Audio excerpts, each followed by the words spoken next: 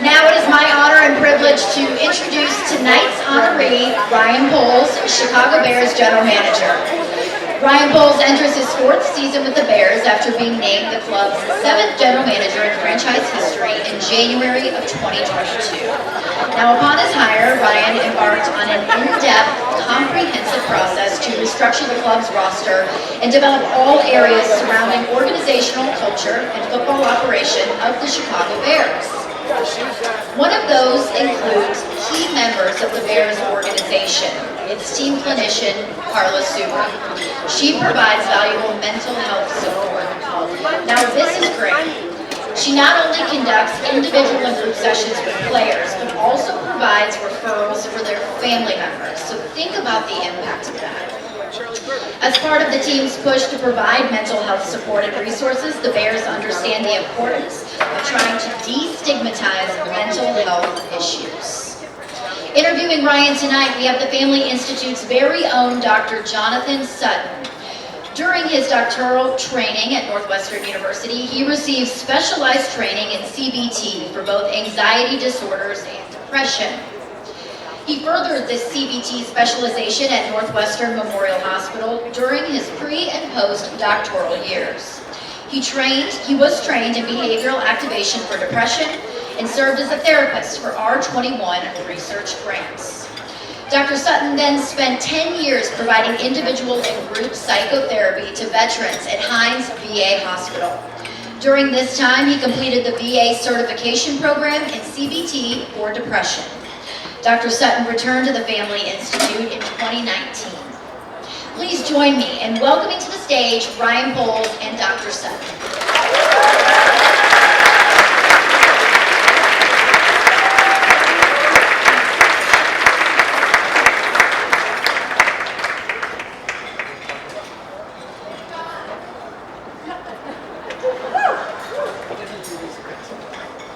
Test.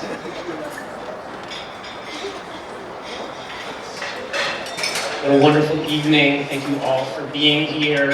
If on your bingo card you had me starting out with a hockey quote tonight, you are correct, but bear with me. All right, so legendary Montreal Canadiens goaltender Jacques Plante was once quoted as saying, "Goaltending is a normal job, sure. How would you like it at your job if every time you made a mistake, a red light went off over your desk and 15,000 people yelled at you?" Okay, good. Ryan, you are the general manager of our Chicago Bears. The scrutiny, the pressure of the job. What do you do to protect your own mental well-being with all of this workplace pressure? Yeah, there's a couple things. One is the people around. I have a great support structure. My wife, my entire team here, Kevin Warren, our president. When you have people like that around you every day, you feel protected. You can be vulnerable. You can talk. You can get things off your chest that usually you would keep inside. And I really feel like the more that you talk and have those conversations, the better mental space that you're in. The other place is I stay off of Twitter as much as possible and stay away from those comments and opinions and thoughts of everybody else. I appreciate you noting that. Somebody, when they heard I was doing the interview, said, "Are you going to ask him about the draft?" I said, "That's not why I want to honor him. And we will not be asking during this time." But I do want to take a moment to talk about mental health and stigma and your decision to be public about working with a psychologist. Yeah, I think it's part of leadership. You want to model the behavior that you like to see in everybody else. And I know that if I'm open with it and I actively am seeking help, because you're right, there's a lot of pressure with this job. And if I'm showing these young men who are playing sport, as well as my colleagues around me, that I'm taking that step to make sure I'm in a really good mental space and I can lead with clarity, that they can be open about that as well.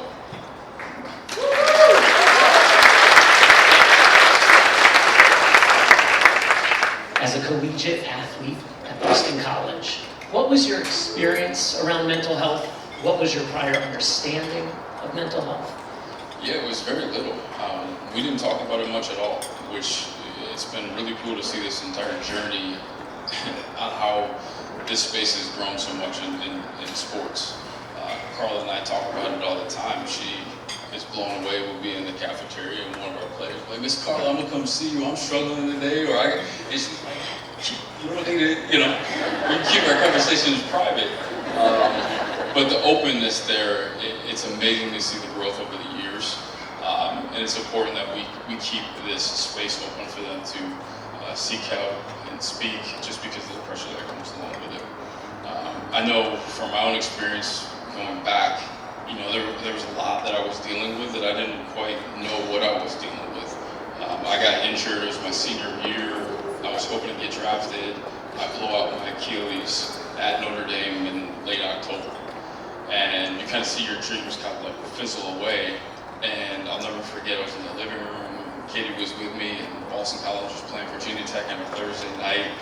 It was a Hail Mary, my quarterback, my roommate, best man at my wedding, and Matt Ryan throws the quarterback.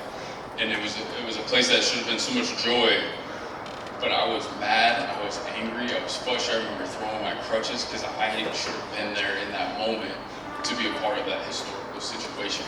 And I really didn't know how to handle that, and kept a lot of things inside. I have a beautiful family, and they were there for me, but if I had some of the resources that are there now, I know I probably would have been in a better place faster.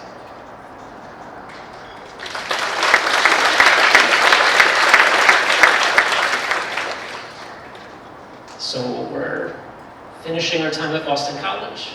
Can you talk about the evolution of your thinking related to mental health, trying out for the NFL, applying for other positions in the NFL, your time in Kansas City? What's the evolution of your thinking about mental health from college forward?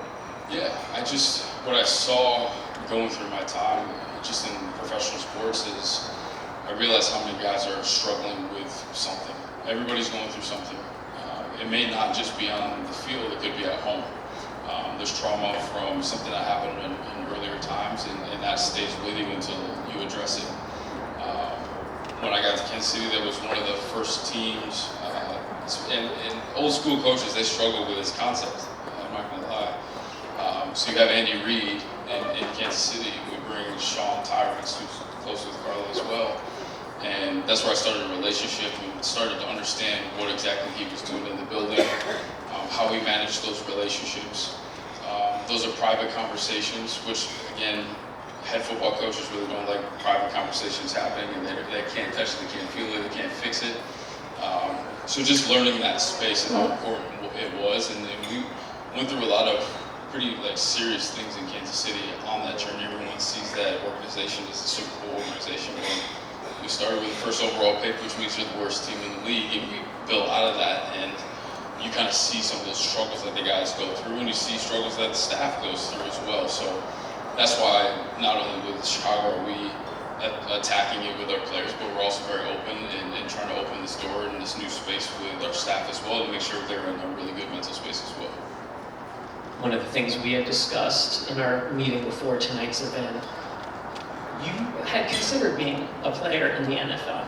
And I wonder, you're here tonight having achieved incredible professional success. They haven't all been success stories, and I wonder how you cope. You mentioned the injury to your Achilles at BC. What about the draft and trying out for the NFL, and how you managed the pivot in your career trajectory? Yeah, you have this goal, and you always talk about it when you're younger, and it's like have these alternate plans. Like it may not go that way, and just be ready for another opportunity to open itself. So, I was fortunate enough to the door cracked open for me. It was recovered from my Achilles injury, and I was here in Chicago.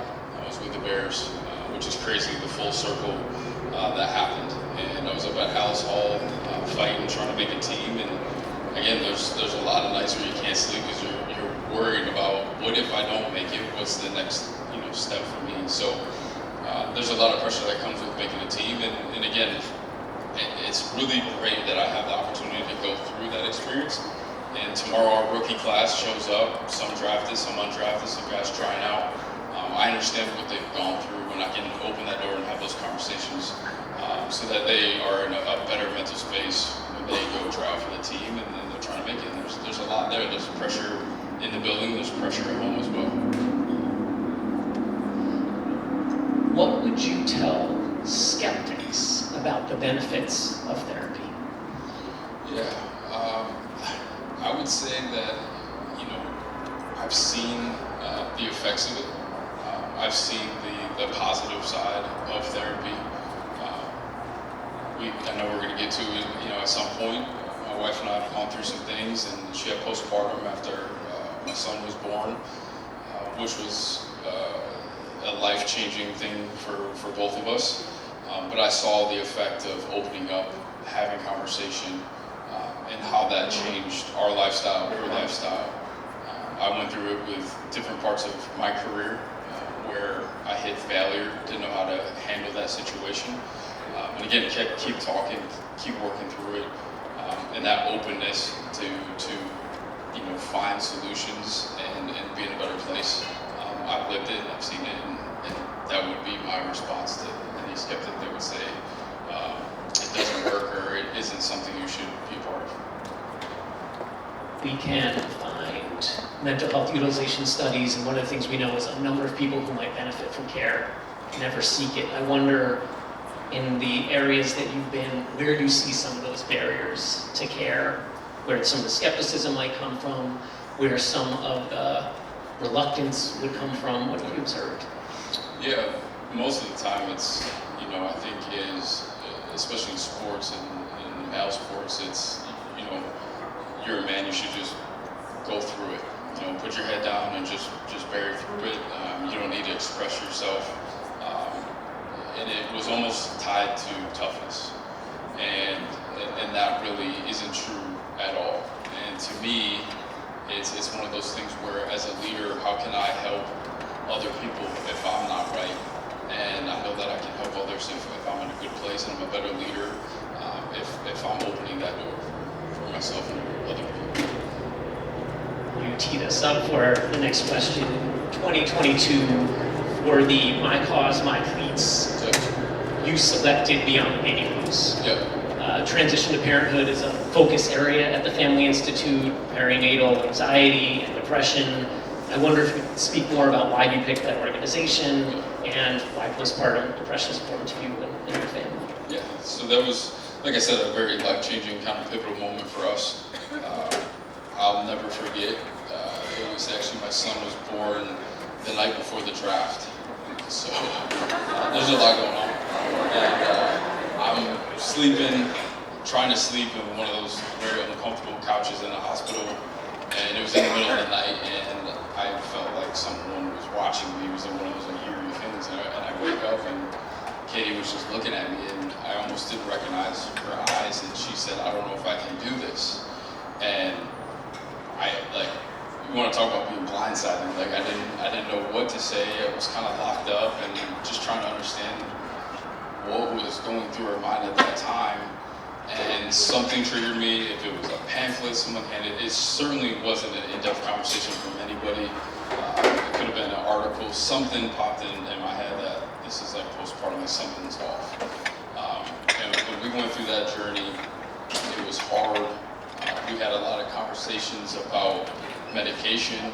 I feel guilty of taking a medicine. I don't need to. I've got to talk to someone. And we went through that journey, and it was a very scary place to be. But that opened my eyes to seeing what therapy can do, what openness, what talking can do for your mental health to get on the other side of that. Then you fast forward, we had our daughter a few years later, more prepared, still has some effects, but I thought we did such a better job, and she did such a better job getting herself in a position to have the support around her to be in a better place than she was before. So that was kind of that big moment that we went through that really opened my eyes to understand the imbalance that can happen and some of the things that you can do in therapy and everything that can get you on the other side of it.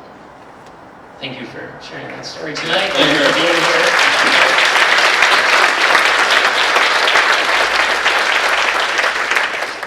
As a leader, how do you create a culture where players and staff feel safe talking about their mental health? And you actually alluded to maybe the flip side, when it's it's never too safe, but when people are public and saying, oh, Carlito, I got to talk to you about something, but how do you create that culture of balancing privacy, but also putting it in place so people have access? It's not just a pamphlet, they know where to go, they know when to go.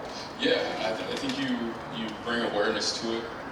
We have different opportunities through the year we present to the team. Not only what could happen and things you may go through, we actually bring families in from the rookies to talk about this experience. So just the anticipation piece and the awareness part has been really critical for us. I know Carla's got some mental health sweatshirts that she told me she put in the order in. So, our coaching staff and our players will be wearing that around to normalize that this is just a part of who we are and it's a resource for you to be at your best. And then some really critical things. I wasn't here to put the blueprints together for the new Hallis Hall. We work in an unbelievable building up north, and even Carla's office was put in a very specific space. There's 4 different ways you can get to it that are all private, and those guys take advantage of it. Probably gonna have to get 2 Carlas at some point because she's getting booked up quick. And again, it's very normal. No one seems to be ashamed of it and no issues. Carla, I think you're the one that should get this award.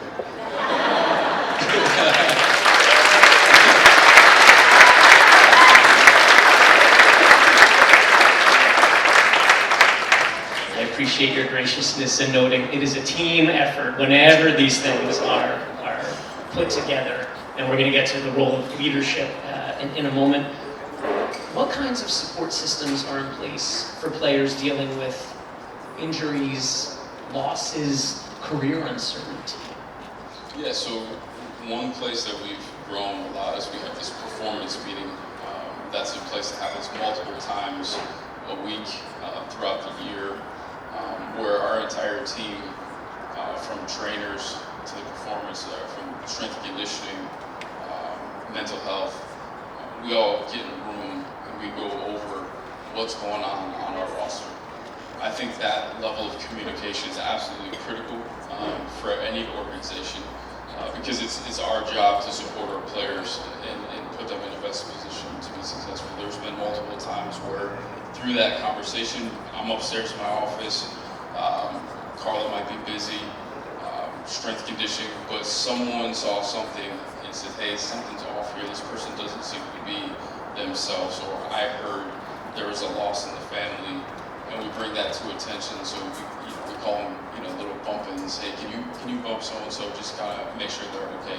And we try to open that door so it's even more about that opportunity comes to them rather than waiting for them to come to us. And I think that system right there has played a pretty important part in getting our players all the things that they need. And again, making that everyone available to them and letting them know that we're there for them so that they're in the best place. And then, like I said, we're trying to get to the next step, and Kevin and I have talked about this a lot. What gets neglected a lot is our coaching staff. They are grinding. I mean, if you all saw the hours that they put in, it's crazy. And there's a lot of pressure to perform, a lot of pressure to put their guys in a position to be successful. We talk about their resume is the tape that you watch. And there's a ton of pressure that comes with that. So getting not only our players, but our support staff and our coaches in a position where they also are putting themselves in a great mental space so that they can perform at a high level. One of the things I think we had discussed was some of these contingencies, the players injured, you mentioned at BC, being separate from the team and what's that's like, how do people still feel part of the unit? If there is a career-ending injury and they have to change trajectory, what sort of supports in place for what happens after and also when people feel separate and keeping them? Yeah, that's another place where Carla does an excellent job. We almost have this IR protocol where she'll take the group out that are injured and take them out to dinner to watch, was that like Monday night football? Yeah, whenever they need it. Again, just to open that door and have conversation and talk about what they're going through, because you're right, like, to be isolated in a way, and I told you I lived that, watching that game where you feel like you should be there and you're letting other people down, especially if it doesn't go well, and you know that you could have had an impact, like that's a tough place to be. So again, surrounding those guys with the support that they need to get to the other side.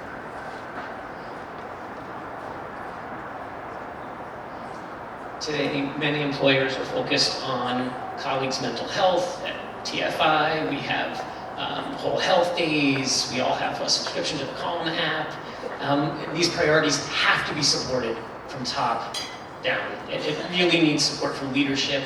Can you talk about how the Bears leadership, yourself included, but you mentioned in our meeting, not exclusively you, has implemented mental health initiatives, and any initiatives you hope to implement?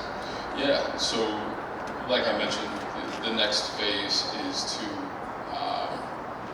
the next phase for us is to really attack the coaching staff and make sure that they're putting in place both their overall health. I mean, we do, blood work and make sure they have their vitamins all the way to make, everyone gets depleted here in Chicago, vitamin D when the winter comes, and to anticipate that, get that going, so we're in a good space.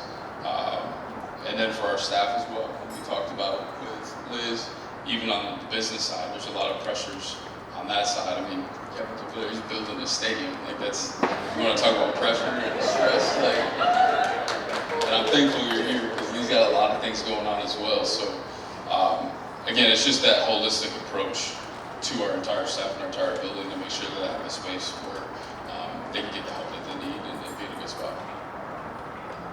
One advantage I had in quoting Jacques Plante is he's not in the audience tonight.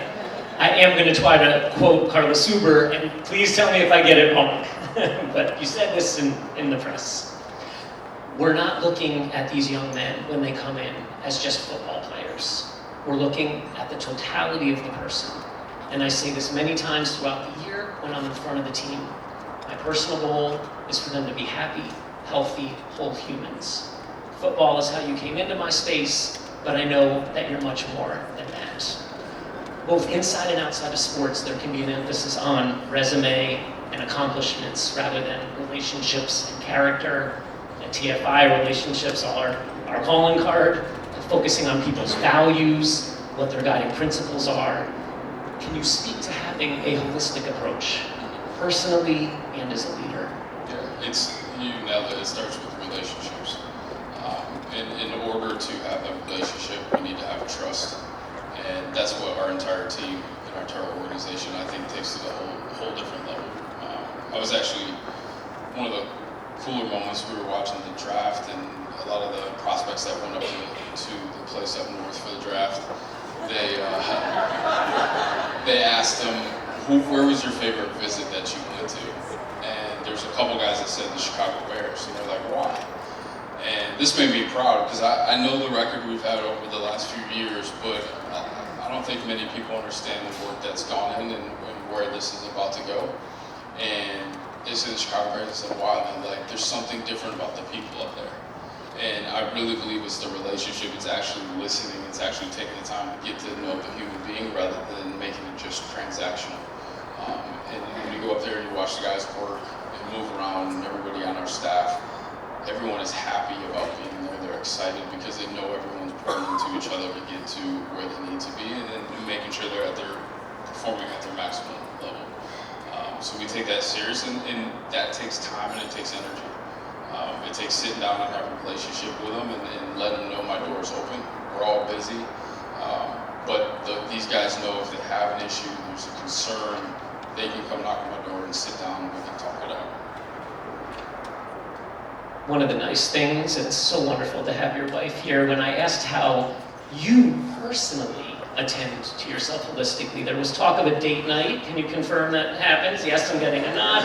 What are some of the other things you do to take care of yourself?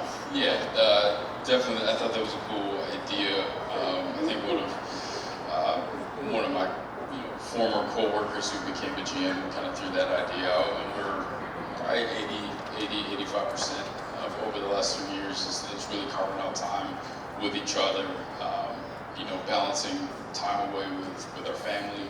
We have two beautiful children. My son Mason, who's 12, and my daughter Jordan, who's 7, who thinks she's 13. And so just carving out time for them, because you get pulled in so many different directions, that part's really, really important for us. So glad you mentioned your kids. It's really so wonderful to have that tee up. Can you offer some thoughts on the pressures of youth sports, both as the general manager of a professional sports team and as a parent? Yeah. The more we're around that space, the more eye-opening that is. And trust me, like I fell into it a few times, like trying to get my son to take the next step. But at the end of the day, like again, the part that I really lean to is the communication piece. And our son is just like me. He's like that, and it's like, hey man, like talk, tell me what you're feeling, and getting that out. And there's times where I leave Soldier Field and he jumps in the car with me, and I'm mad, I'm angry, and I show him and explain to him why I'm going through what I'm going through. So when he goes through those struggles as an athlete, we're already trying to work on him to open up.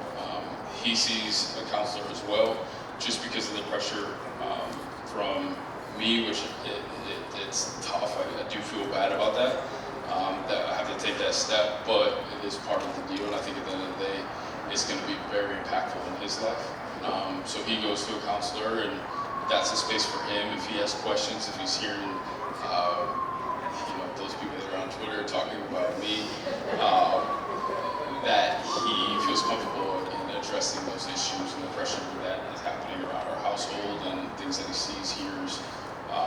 I want him to be able to get that out as well, and it's a really good place for us to start with him, because I do think he's done some really cool things as an athlete at a very young age, and I think he's got good genes, so he should be all right. So I do think he'll be in that arena, and as we all know, this NIL deal is crazy. I think there's supposed to be a ruling that's supposed to contain it a little bit here in the next few days. But when you add money at a super young age, I mean, I talk to agents all the time that are recruiting kids that are juniors in high school now, just to kind of get the hooks in early and work through. So it's a different environment, and then on top of that, the feedback they're getting, it's not word of mouth anymore. As you turn on the phone, and these kids are putting their highlight tape on, and there's people commenting about how good or how bad they are. It's a tough place to be. So we're trying to, with my son, at least get ahead of all of that, so he has an outlet in a way to settle his mind and his overall health.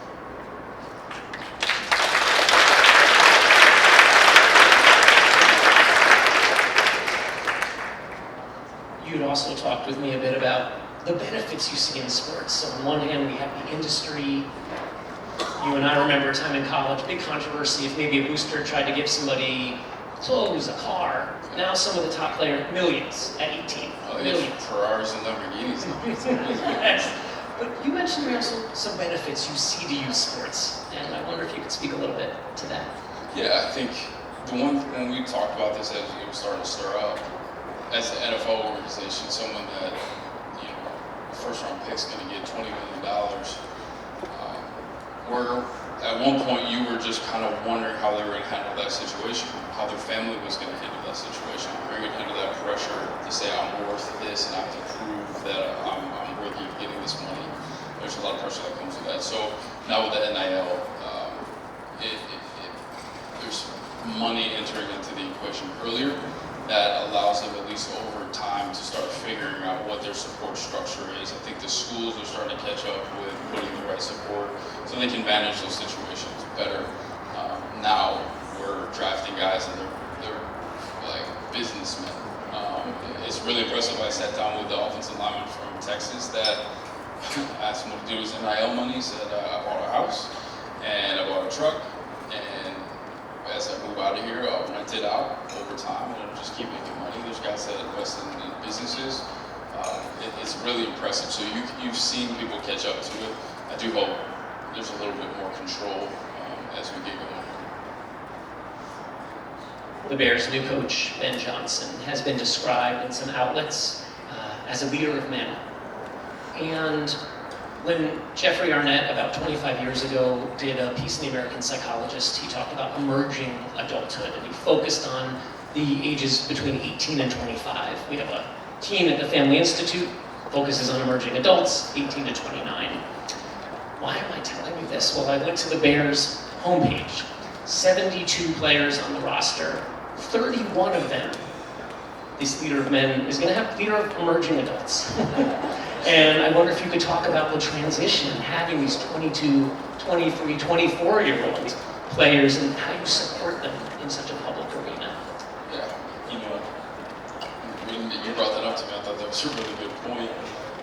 But I think when you say the term leaders of men, I think once you enter into this arena, this professional sports arena, the expectations are for you to be a grown man, and so that transition has to happen faster.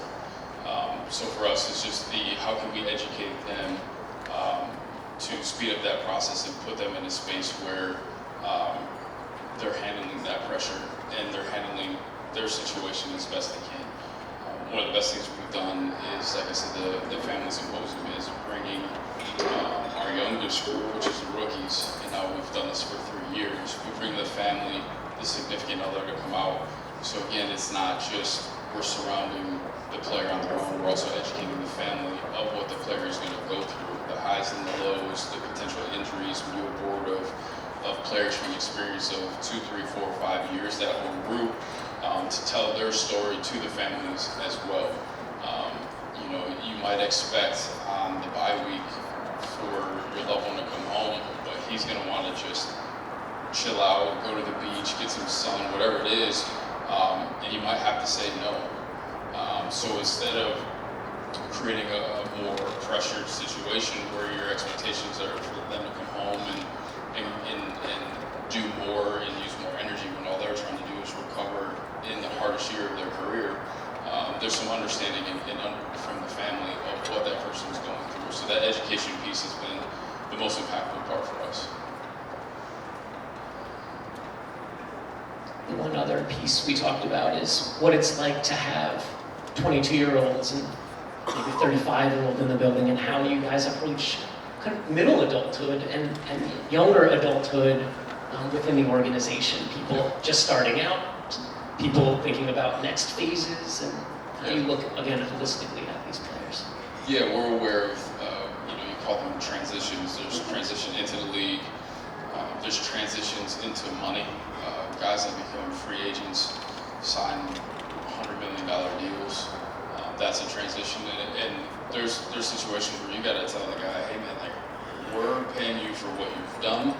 I need you to show up the same way you showed up before. I'm not asking you to turn into player A to be Superman all of a sudden, because a lot of times they put that pressure on themselves. Then there's the back end of the career where, I know it sounds crazy, but as you're going into your 30s, you're kind of looked at as old at that point.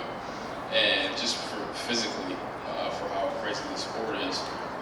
And there's a transition out of the sport as well. There's also one of like starting to question your own ability to perform at a high level. So I think that awareness of the different transition points and educating those guys and supporting them has been the most impactful part for us. And again, to me, it's just the awareness of where those guys are and meeting them where they are. The wait is over for this wonderful award to be yours. On behalf of the Family Institute at Northwestern University, we are proud and honored for Ryan Poles to be our Community Impact Award recipient this year.